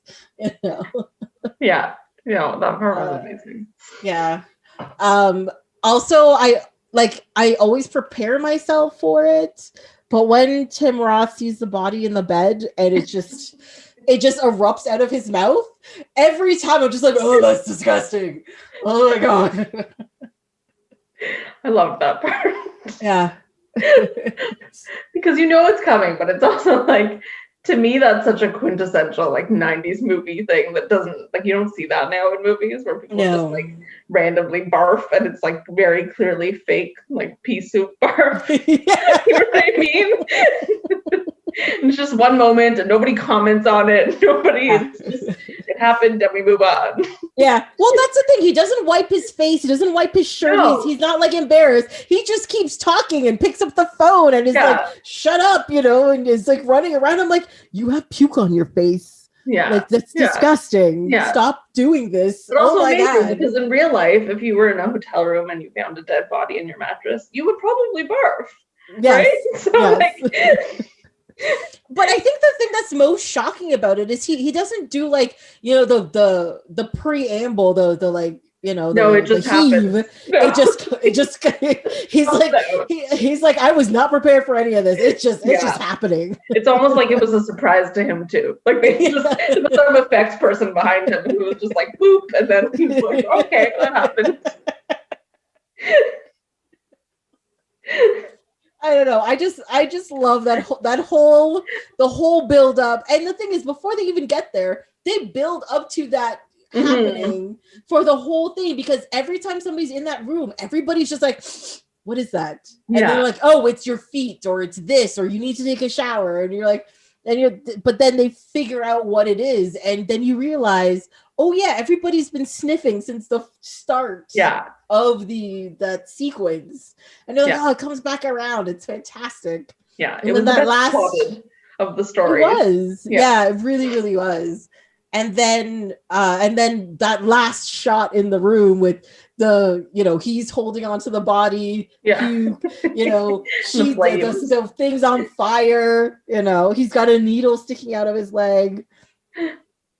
That whole thing was great. And also that little girl be like, stop calling her that. I loved it. Mm-hmm. Perfect. It made up for the first segment. Yeah, it really did. Because they find a body in the bed that's a woman, and he calls the police and like send somebody over because there's a whore in the bed, and he keeps saying this word, and the little girl's like, don't call her, you don't know what she is, you don't know, and why are you calling her this like derogatory name? Like, of course the little girl doesn't say any of that. She just starts yelling, stop calling her that, which I love, because usually in movies where a scene like that happens, they're like, oh, she's a hooker or whatever, and they leave it at that. But I'm like, there's no real way for you to know who she is, what she is, how she ended up there. It could have been a whole series of mishaps, like what happened in the hotel, and that's how she ended up there, or somebody doing something evil to someone who's a perfectly lovely individual. You don't know, because she can't defend herself. And when I forgot the little girl does that. I forgot that happens, and I was like, all I can think is like, damn right. Well, it makes you love them, right? Because you're sort of supposed to think like these kids are little shits. And then you're like, no, like they're the only ones who kind of have it together, right? They like, do. They know what they're talking about. Adults that are screwing things up. And they know how to respect people. So you're like, all right. Kind of true in real life. I mean, sometimes you'll hear little kids say stuff and you're like, that's like bias is a learned thing. No kid is born with that. Exactly. Yeah. A kid will call you out on your bias automatically. Which is great, but also can be harsh sometimes, because kids like to be too truthful every once in a while. They're just like, that's too much truth. I can't do this. It's a fine balance. But... that is still my favorite sequence. Like, I think of Four Rooms, and this sequence is the first thing that pops into my head. Then the Tarantino, and I always forget about the Jessica Beals one. It's not Jessica Beals. What's her name? Jennifer Beals. Yeah. And I always forget about that one. And then there's the first one. I was like, oh, isn't there a thing with Madonna? And then that's what people remember. Yeah. It's like the bookend of like, you remember Madonna and you remember Tarantino, and everything in the middle sort of. You're just like, wait, what? Yeah. But the Tarantino thing is very, very Tarantino. Yeah. It's like, it's a bunch of dialogue and a bunch of people talking about things you don't understand. And then at the end, it culminates into a very intense sequence. Yeah. And you're just like, and then it's done. You know? One thing that wasn't his first big movie, was it? No. I actually looked it up. Pulp Fiction actually came out before this. That's what it was. Yeah. So he would have done Pulp Fiction and Reservoir Dogs before this. Okay. For sure. I wonder when what is it? From Dusk Till Dawn came out. That's probably why they ended the movie with him. Because he was Dusk Till Dawn came out after. Yeah. Yeah. Well, yeah, because that's the thing. So he plays the man from Hollywood. I forget what his character is supposed to be. He's supposed to be like a big shot actor, isn't he? No, isn't a big shot director? maybe it's basically him, but Yeah. Well, and that's the thing. I was just like, oh, maybe he's just retelling his Pulp Fiction story, you know? Like, oh, I did this. Have you seen this movie? It was so good and made a whole bunch of money and blah, blah, blah. And then you got Bruce Willis in the room, like he knows what he's talking about, you know. Yeah. It's fine. But I also find it really interesting that Bruce Willis is not credited in this movie in any way, shape, or form. I know. You wonder if he didn't want to be or what that discussion was, right? Or maybe he wanted it to be like a surprise, like, oh my God, Bruce Willis or something. I don't know. But even now when you look it up, it's like hard to find his name in it. Yeah. Because I was looking at all the names and I was like, no, I know that was definitely him. Yeah. Yeah, because he's listed as, so you have to go into like all of the actors and go all the way to the bottom because you have like an uncredited section. Okay. He's at the bottom of that. Okay. And you're just like, oh my God, okay. Oh, I forgot something. So you know the sequence. Nemo. No, not that far. Not that far. The sequence with the kids and how she's like wants the dancing body off the screen. Apparently, that was Selma Hayek. There you go. Oh. Yeah, I don't know. It's interesting that they got all these people in. I mean, I think part of it is that it was probably a really short shooting schedule, right? Yeah. Because it was 4 segments. But also, like, I don't know. They must have really sold it. So they got really big names. Well, I think with Tarantino, the people in his segment have all been in his movies. Mm-hmm. So they're probably like, hey, want to do a thing? Sure. Hey, want to do a thing? Sure. Yeah. Selma Hayek has been in a bunch of Rodriguez things. So hey, you want to come do a thing? Banderas was as well because he did what is it? Once Upon a Time in Mexico or Desperado or what's the one where Antonio Banderas plays the guitar or whatever? You know what I'm talking about. But yeah, like Selma Hayek was in that one with him as well. Yeah, I guess so. Yeah, it's Desperado or El Mariachi. Because I believe that one is, that's Robert Rodriguez as well. Yeah, I was right. Mm-hmm. So I think he's probably they all just called their friends and were like, hey, you want to go do something? Like, sure. Yeah. Like, here's a couple of days, have some fun, blah, blah, blah. And that was it. Well, it paid off. I mean, I think at the time it was, I don't know. I remember watching it at the time. It wasn't like the biggest hit ever, but it was a known movie. People were it was definitely a known movie. I'm trying to see how did it do at the box office? Let's see. It did not make that much money. Oh my God. It was a $4 million budget estimated. Mm-hmm. And apparently it grossed only $4,257,000 US, and worldwide was $4,257,000 something, which is about the same. Yeah. So it did not it barely made budget, broke even. Yeah. Broke even. But I think it's turned into one of those like cult things. Like it's made all of its money from syndication or from DVDs. Well, at the time, I think I watched it on DVD or VHS even. I don't think I saw it in theaters. Mm-hmm. I definitely didn't see it in theaters. Yeah. This is not the kind of movie I would have been able to talk my friends into watching with me. No, well, it's also, I mean, there aren't that many like of these kind of anthology movies out there that are theatrical releases, right? It's true. Yeah. Usually like they tried to do it with Grindhouse. Well, they did do it with Grindhouse, I should say. Like it was done with Grindhouse. And I love Grindhouse. I think Grindhouse is great, but Death Proof is better than Planet Terror for sure. That's just my opinion. But even from Dusk Till Dawn is kind of, but that's also Tarantino and Rodriguez. Everything I'm saying is Tarantino and Rodriguez. Yeah. But they work really well together, and like they're very complementary styles. Yeah, but it's very clear the different styles that they have, but they go together as well.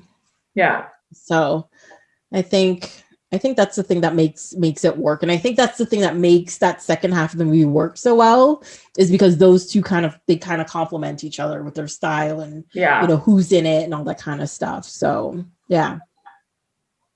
Yeah, it definitely got better as the movie went on. Which I'm happy about. Intentional. Yeah. But I can see how in theaters, like if you watch the first segment and you were like, oh, it's the whole thing like this, and people probably left, right? Yeah, and they're like, this is garbage. I'm like, you didn't say to the end, you missed the good stuff. Yeah. But I think with like any movie, you have to, there's a buildup, right? You hope so. You hope so. That is very true, because there are definitely movies out there where the buildup isn't a thing. You're just like, you just suck. This isn't. Those are my worst. Like, I'd rather the movie be terrible, but there be a terrible buildup than just nothing, just flat the whole way through. Yeah. You end the movie and you're like, I could have walked out at minute 5 and I would have learned nothing new. Yeah. Nothing happened. Nobody changed. I could have sat at home, seen 5 minutes, walked down, but like, this is what happens. Give it to somebody and like, oh, that is what happens. And it would have been fine. Yeah. I hate that kind of thing. Yeah. One thing about that last sequence too, they refer to a Alfred Hitchcock presents thing called The Man from Rio. It is not called The Man from Rio. It's called The Man from the South. I looked it up because I was like, is this like, I remember Alfred Hitchcock presents being a thing. Yeah. But I didn't remember, like, I know I haven't watched all of them. I've watched few of them actually. Yeah. But I was like, oh, this actually sounds interesting. This might be one I want to look at. Right. And I was like, I couldn't find it. I'm like, but I thought this existed. What are you talking about? Yeah, it's called The Man from the South, if anybody's interested. It originally aired January 3rd, 1960. There you go. And his storyline that he explains is the storyline of the episode. So that'd be kind of cool. And also the Hitchcock theme. Yeah, I don't, like Halloween Hitchcock or something. Oh, I probably should. I've only done one Halloween episode so far. Maybe I can squeeze one in this year. Could do that. Yeah, I never thought about that. The thing is, I got into Hitchcock very late, like very, very late. Like I'd seen Psycho early on, but I saw that when I was young. I saw that like when I was 10 or 11, which is probably not a good time to see a movie like that. And I was just like, I don't understand what the big deal is. Also, this makes me nervous. Can we stop? Yeah. At the same time. And then it wasn't even that I was avoiding Hitchcock. I just never got around to watching any. And then a couple years ago, I have TCM and they were showing like a marathon of Hitchcock films.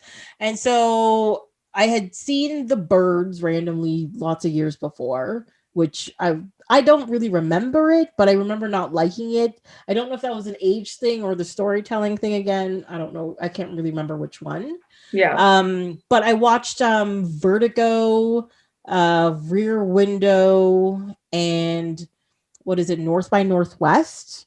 And I was like, now I get it. Oh my God, these are so good. I actually liked Vertigo best out of all of them. Yeah. Like I really did enjoy Rear Window a lot. But I don't know, there was just something that didn't work correctly for me in it. Like I enjoyed like the story and I understood like Jimmy Stewart's like him being in there and like the girl in the apartment and like that whole like tension and stuff. Like I thought that was really cool. But at the same time, I was just like, this isn't working as well as I think it should. But I understand why people were like, are like, oh my God, this is cool, because you can see the tricks that he does and everything. And my problem with North by Northwest is I even forget the name of the female character, but she is treated so horribly. It just turned me off the movie. Yeah, well, that's kind of a Hitchcock thing, right? Yeah, I mean, which you learn about later, unfortunately. Yeah. So I don't know, but Vertigo, I loved Vertigo. I loved it. Yeah. I remember, I mean, I haven't watched any of them in years, but I know like when I watched Rear Window, that was the one that I was like, wow, this guy can really make a movie, you know? Yeah. Like it's one of the, like you see it and you're like, oh, I get it. Like I sort of appreciated the quality, but I was mostly just scared of showering for 3 years after that I didn't care. Yeah. even though I knew it was kind of goofy and I knew it was effects and whatever, I still, like, for years had to shower with the bathroom door open. Like, yeah, just in case, right? I don't know. It's. I did watch maybe the other reason why I didn't rewatch Psycho was because I sadly watched the Vince Vaughn remake, shot for shot, which falls, even though it's literally shot for shot, it falls flat. Yeah. And I was just like, I don't need to watch Psycho again if it's the same thing. Like, there's no point. But I think, like, another movie that did practically shot for shot and is done correctly was the Coen brothers True Grit, right? The original, like, it is very, very similar except for a couple of certain things. But the updated version, it really does update the story without losing anything from it, and it's so interesting because even if I watched the original and I was just like, it's the same but it's so boring, and then I realized, oh, it's because it's it's much more quiet and more steady than like the Coen brothers version, you know. It makes you appreciate when they do those shot for shot, like the subtleties of, like, the sound design and all those things, because those are the things that are changing, right? I mean, it's also like what camera they're using and all that stuff, but like the sort of atmosphere, especially when it's supposed to be a scary movie, so much of that is the sound. It really is. Like, that's what was Psycho, it was all about the sound. The sound of that knife is, like, way scarier than just the visual. If you watch that movie on mute, it's not scary at all. You're like, what is this nonsense? This is so stupid.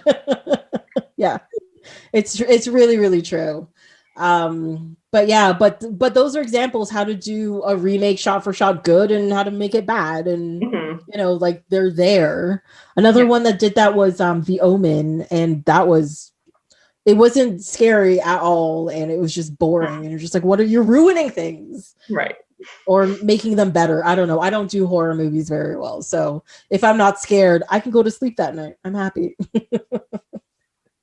think there's two kinds of scary. I think there's, like, the scary movie where it's like you see everything and it's terrifying, and then there's, like, the psychological, like, you know that it's fake and you know it's just a shower curtain, but still, the next time you take a shower, you're gonna look over your shoulder. You know, or you're like poking at the shower curtain and be like, or even the birds. Like, I have moments when I see, like, a big group of birds coming at me. I know logically they're not coming to peck my head off, but still, I have a moment where I go, I'm gonna walk a little faster. Yeah, you know, you're just like, I'm gonna keep my eye on you in case you move. Okay. Yeah. For sure. It's so true. It's so true. Oh my God. The Four Rooms also reminded me of what's the name of that show? My brain is not working today. With the hotel room. You know, the brothers. The brothers. Room 1 or something? Room 104. Is it Room 104 with the Duplass brothers? Yes. That's their show. I don't know. That I really want to like that show, but that show is so hit and miss for me. Like, out of, like, every 5 episodes, there's one that I like, and I'm just like, I can't put this much effort into something I'm not enjoying that much. You know? It's an interesting one though, because it's sort of that whole experiment of, like, if you give people the exact same kind of guideline and space, and, like, it's a hotel room and something crazy happens, go take it and do what you want for the next half an hour. Some of them are amazing and some of them are not. Or not, yeah. You know, well, a lot of them have a little bit of a supernatural feel to them. And I find some of the directors, or maybe it's the writing, they don't know how to convey that in a way that doesn't come across as either the person's just crazy or it's hokey, you know. So, like, you kind of like lose the atmosphere automatically. You're just like, oh, he's just tripping on balls, whatever, I'm gonna lie down. Like, it, you know, compared to, like, no, something's happened in here, that's why you're being affected by it, you know. So I don't know, but yeah, there's definitely, like, there was one episode about kids playing a video game that turns kind of like animated throughout it and stuff. I really liked that one. Like that's the one that sticks in my head when I think about that show. Yeah. So I do like that show, like, because it's a surprise, because you don't know from one episode to the next if you're gonna like it, right? Yeah. And talk about like you kind of wish someone would tell you, like, skip the next 3. Yeah.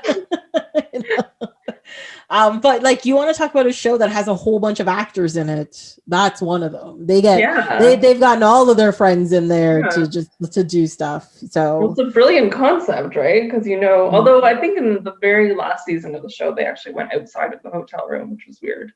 They did. Oh, I didn't. They did like an origin story of the hotel room. One of I forget who it was, some name director did that episode, which was kind of cool, but also kind of ruined the whole experiment of like keeping it in that room, Yeah, don't like, this is one of the few cases where you got to stay inside the box. Yeah. Because that's the whole fun of it. It's like, this is the your box, play box. The box is the box is the mystery, it's like, it's, I don't know, you're trapped in there with them, and this is the thing that makes the show good. And if you can just go in and out willy-nilly, you're just like, there's nothing interested in that anymore. Yeah. Well, that was a fun tangent. Okay, I like that one.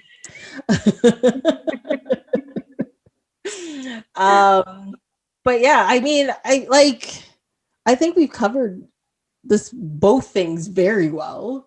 I don't know, I still really like both of these movies, despite me not enjoying the first half of Four Rooms very much, but I still really enjoy both of these films. Me too. No, I think they were a good combo. And I mean, Four Rooms, I have the Tarantino soundtrack, which is like his favorite songs from all his movies, and the opening song is in it. So like, it has me from the first second of that movie, because I'm like, I love this song. So I'm in. Yeah.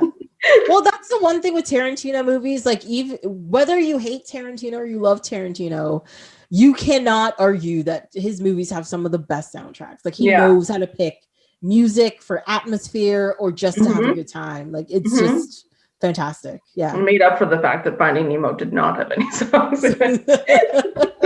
Felt satisfied. What are you talking about? Beyond the Sea at the end, sung by Robbie Williams. It's beautiful. I know, I can't. I have like Little Mermaid implanted in my brain, so I just assume the second we go under the water, it's animated. There's gonna be singing. Somebody's got to sing "Kiss the Girl" in the next 5 minutes. No, it's a crab. What's happening? Why isn't he singing? No, he's all mad that people might take his like floaty bits from the sea. Hey, yeah. Oh yeah, I do still love that movie, and I fully laughed out loud quite a few times while watching Finding Nemo, and I was like, it's still got it. It's still got it for sure. Yeah. I don't know. One memory I have the most about Finding Nemo that's ingrained. So when this movie came out, I was working at a bookstore, and I was doing like the late afternoon shift, and it was sometime in the middle of the week. And so where the bookstore was in the middle of a plaza, and there's a movie theater. And I was like, oh, my friends, you guys want to go see like a matinee movie of Finding Nemo? Right. And it was like a cloudy, overcast day, whatever. I was walking with my umbrella, and we went to go see the movie. Empty theater. We had the whole space to ourselves because it was like a weekday, whatever. We watched the movie. We're coming outside. And we're like, we're having a great day. It's such a good day. It's pouring. It's like piss raining outside. I'm the only person with an umbrella, and we got to walk back to the bookstore and start our shift. And one thing I remember is everybody was fighting over the umbrella, which was mine. I had on a hoodie. I put on my hood and walked away, and they fought over the umbrella. And I remember being really angry, but then I was like, it's raining, but it's like, I'm under the ocean. Maybe I'll find Nemo. And I like had like a good walk back to the bookstore. See, that's the thing. Like, if you have, it's life changing, it put me in a good mood. I could have been bitching and yelling. What is your problem? Those are the best movies, right? Where you walk in one mood and you walk out in another mood. And both of these movies had that, I think. It really did. It really did. Cause I mean, like I watched this movie today. Like I finished doing work, watched the movie, sat down to do the recording. And like it was a long day of work, and I was just like, oh, I gotta watch this movie before I do the recording. Put it in. Yeah. At the end of the movie, I'm just like, yay, I get to record about this now. Right? You know, like you're in a good film. Yeah. So yeah, these are definitely like, I mean, Finding Nemo is definitely feel good. Four Rooms puts you in like a good mood. We'll put it that way. Feel good is a strong term for Four Rooms, but yeah, it puts you in a good mood though. Yeah, it's a fun one. Yeah. Any last comments about either of these, or did we? No, I like this pairing. I like this pairing better than my last pairing. I feel I need to go back and watch Curious George now because I missed that. Oh, I still I I'm very thankful that you have such an eclectic collection. No. It goes all over the place. Like it's like, as this shows, it's like it's fun kids movie, and then just like crazy, cussy, you know, horrible filled thing that kind of makes you feel good at the same time. Yeah. That's life. I choose quality. I don't know. It depends who you talk to. They're both good storytelling. At least the second half of Four Rooms. Yes, the second half. That's I think that's the difference between seasoned and unseasoned storytellers, I suppose. Mm-hmm. Yeah. But one thing, I looked up the other two directors and they didn't really do much after, and that's kind of disappointing because I would love to see what their progression would have been. Yeah. You know, see like their early storytelling to their newer storytelling. Like, because that's the thing with like Tarantino, like you see his early stuff and like it's good, but you can definitely see how much better he's gotten. And it's the same thing with Rodriguez. You could see like he was good. Yeah. And you could see why people kept giving him a chance, but he got so much better, you know? Yeah. So I would have loved to have seen that progression. Especially the second one, who directed The Wrong Man. I feel like that person had potential. Yeah, definitely. I could see them directing like CSI or one of those kind of shows. Oh, you know? Yeah, where they're doing like the interrogation or even right after they do the pun and they do the close up and he takes off his shades. Yeah, it kind of gave me that feel, like a little cheesy, but like entertaining still, you know? Yeah, for sure. Yeah, I think that would have been awesome. Yeah, but it's too late. Well, no, it's probably not too late. Never too late. If you're too late. Whatever your name is. Yeah, do whatever you like. Alexandre Rockwell. Right. There you go. Well, thank you so much for being on the episode. My pleasure. Thank you for having me. I'll have to get you back for another strange combination of films. Yeah. So I'll see what my oddest pairing is. I'll be like, there you go. Come on back.